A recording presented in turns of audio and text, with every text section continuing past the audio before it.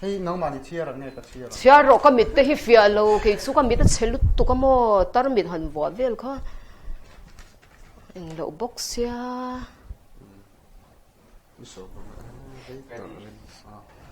a hun le ni te khalan le soi ten la lung len thla te ron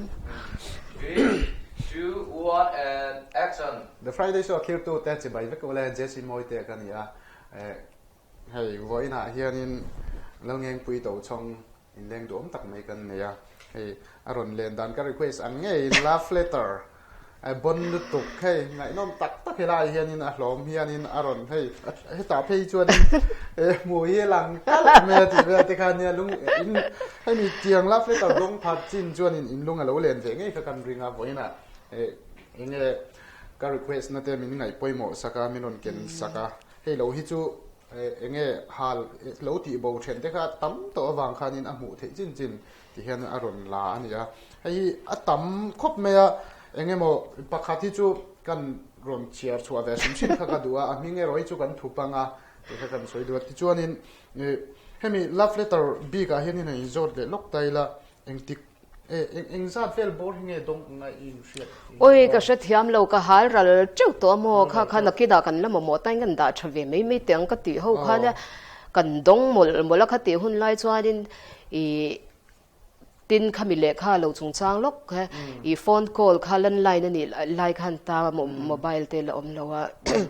ni khata hanin enge he ka nga izai ka do lu tuk te ang chi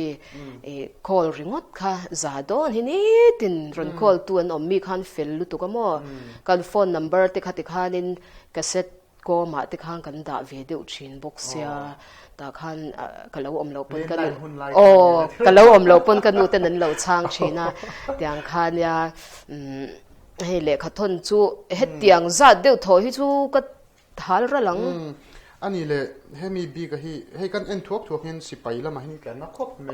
enge chan ni theng le karin danin I an lunga leng I rampon lo om tan na chu mizoram an ngai nga ke ni kan hla sakla he bial nu te po khan lo nei ve theya ti me yang nu pui fanau te po khan lo nei then lunga leng nga kan ke ni lo hla sak ho la kha lung len na lam chi love song clear kha lo ni box ya ka wang khanin an lung leng khanin min ron thon thin ani ka ring deu ber mo tin star wang che po khan ni ve ko kha chu chuanin ani le ni kan share mine YouTube channel li nei ning kan no a mingin ka siam ve me he chu tiang anga I subscriber te viewers te po kha ka va aim shan chuang la va ke chu tu kho kha in min sha chuang la wang ka ma ro chu ka thil hlui te ka video hlui te kha tiang da hla te mo da thatna na ka du wangin ngeng pui to chong official channel ti in ka siam ve a da hang ka hlui chen khat te po kha a picture ang to pang chi te khang ka da ve mo chuan ani le Instagram te khoyem o khoi ve ngeng pui to chong ti bokin ka o ka da ve a Facebook lampang o Facebook hi ka war mo ngeng pui to chong bokin fans te tam takin om ti ka shria YouTube channel bi ga khanin ngeng pui to chong official channel ti kha anaya YouTube bi ga khanin hey Instagram ma khan ngeng pui to chong ti ni boka YouTube pa hianin comment section a hianin hay kan ron pin do na wai a hianin comment section a hen lo en ula a link ka hi in lo click nga a YouTube channel te in lo subscribe nge don nia ti kha kan soi do a chan chu in subscribe nge angai na chan chu hey love letter bon deu hila o ma hi engting nge ron ti zel don chu ka helawa a channel lama ron ti chu a thei turin enge mo hi chu kan ron phô lang don ani ti kha kan soi do pakhat che hi kan ron khilai don chewa hei ka chiar don ani apa ki chu a YouTube channel lama aron ati chua hei thil lui sang hei ba ga hen thil tam takalen ne chung te po chu a YouTube channel khai no subscribe panga in lom hu thei zel don ni ti kha kan soi do tin Instagram lama te po kan in lo follow vek don ni ti kha kan soi sak do ni chu tu na kan no chiar tan hei khong lo ken sakla Asia khit thawak lawa karon chiar bahla de ulakani point min lo she ziak sin box ya mo tu atia longeng pui tiania a day da he kan chiar ma sabot tange ni som panga tharuk sang ni pathum man thon che ni wang me kan chiar tan do na nge longeng pui tun lai ising nun hlimten I man zel ka be sein ka du sak a che I o le zai I pian te hi ka du zong le ngai san zong ini awangin za po don loin le kha karon thon ve top mai chea I du lo zong le huat zong karon soi ani chuan minon shil zok ro an na lo to pa chuan new para hian new para hi kan soi ngal zelang karon sia ba tha de le kan I chuan soyang khan mi lo ngai dam don ya min siam tu in mel thangai na chang min pek na chuan in tom le za po don loin I photo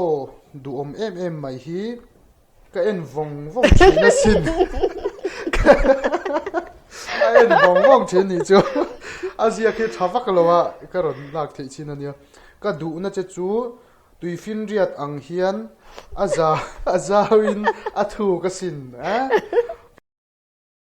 mangai na an chan let lo klukana hi he khovela hian thi na chau lo chu a thei hian iring big don emni ai try na mol la katan chuan vanani khanei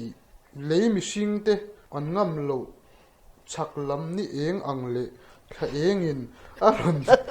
aron chun bok ang ini sia karil ruwa thil I lo hriat tak thuwa hian ril rumu mal lo min lo ngai lo la mangai na awang ani ti min lo hriat sak don nia zai chho khop me a enga ma in ka du thu karon soi vak ringot maya ke chu ka chung te le thian ten ma mun ti in min ko mai thina ka chu ma mun ti ka chu poi lo thu na yang ke po zai hi ka ngai na zai te hi hun ol ka nei hi chuan ka ngai thlar ve reng thina sin soi tur tam hle ma se itan nin atam mai si a in thlasung ang ring in thiam lo tak chungin mang tha phot mai le I chan na ka lo be sei ma hmuna tian ya ma hmuna ti kha chunin a poi lo tura khan ngai taila hei po hi Assam regiment thoni ma hmuna ti kha chuan azia na po kha he lam pang kha pangpar nge pangpar nge ni hei tuna karon sir khala nga inom lo me the hi ala tama ani hianin kan soi ang khanin a channel lama ngeng pui to chong official channel ti kha YouTube pa khana ne ya ta khanin aron soi ngatin chu mai ba ka chuanin achung chang ang thi te athil hui engemo Doordarshan didi ke tholai news puan la en chi te tin sang ni pathuma news reader tho tuna LPS news reader ma chuang ina akom na ang te po kat mia loina oma ngai nom lu to kani ti kang te kha en theina oma tin ala lui alo sak lar pui ti ka tam ta ko oma kha in lo ba to ve don ni ti kha to aman hla khop me ni zan lama te ke pon kat lo nui na turte tama him oma tin lung len thak boka tiang tam tak kha oma channel kha in lo subscribe nge don ni ti kha kan soi sak duwa kan soi ang khanin anwai hen comment section a hen koron pin saka in lo wat to vek don ni ti kha kan soi le du boka ni